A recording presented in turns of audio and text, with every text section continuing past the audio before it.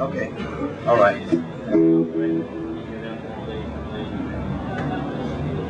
Sure. Okay. So I wanted to show you just this last thing about this thing. This particular box is pretty nasty, and you know, I've traveled around with it quite a bit. But this clean channel just like really loves these distortion boxes, which is really essential for me here. And of course, these things are a completely different technology than some of the other distortion boxes that I've used before, but to me they send out such a strong signal that it was always the testing ground for the clean channel. I haven't got really a song to play with it, so I'll just kind of mess around for a couple of seconds, and then they want to sort of change the house over or something like that.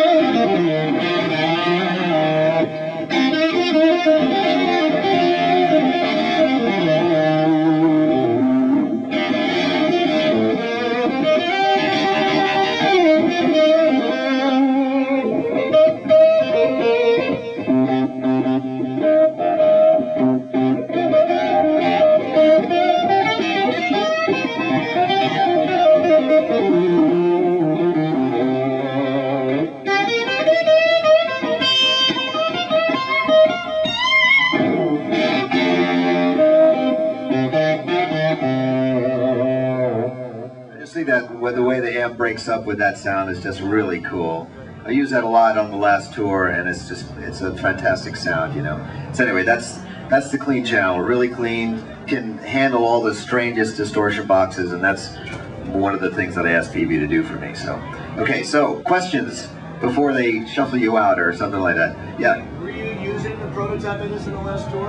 Yeah, we started out with #1, and just about every week and a half or two, I got a new one. I think when we recorded the live stuff for G3, I was using #2, and I mean, we were like so close. I think we had a question about some mid-range and low-end levels that I think only perhaps me and James could tell anymore. We had gotten so focused on the tone of the amp, you know.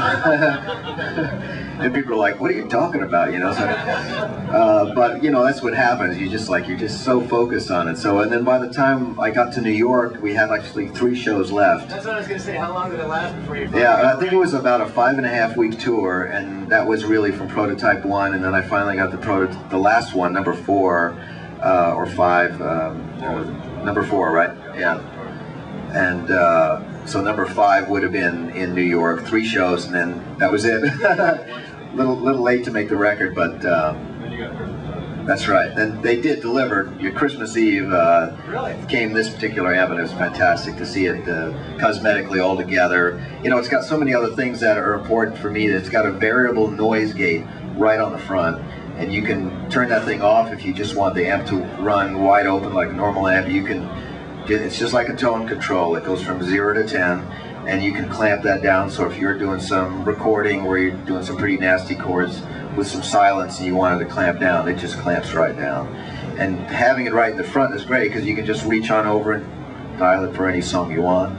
We've got some resonance and presence controls that are also on the front. Basically, I took everything that I want as a guitar player, and I said, I am not reaching over in the back of my amp like this, trying to figure out where all my knobs are and everything. So everything has got to be on the front, because that's what guitar players need. They need to do this, right? Yeah. You know, figure out what's going on, and I wanted numbers and words to describe everything the way it really is. So, and that's what I got. That was my Christmas present, I guess. Yeah.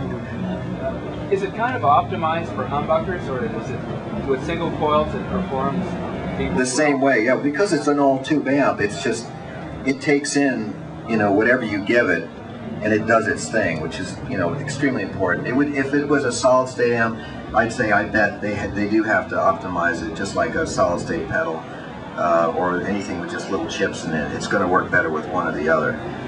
But this is like all your favorite tube amps kind of all put into one, and I mean, in that way, that's great because we, you know, I'm basically essentially pulling these things up and getting single coil sounds, you know, even within one song. So.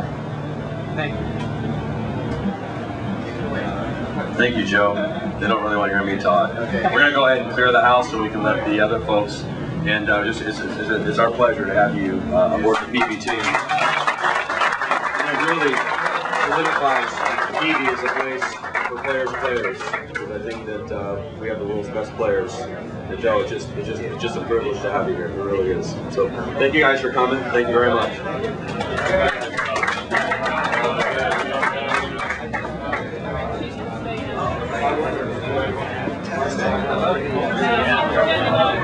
Nice.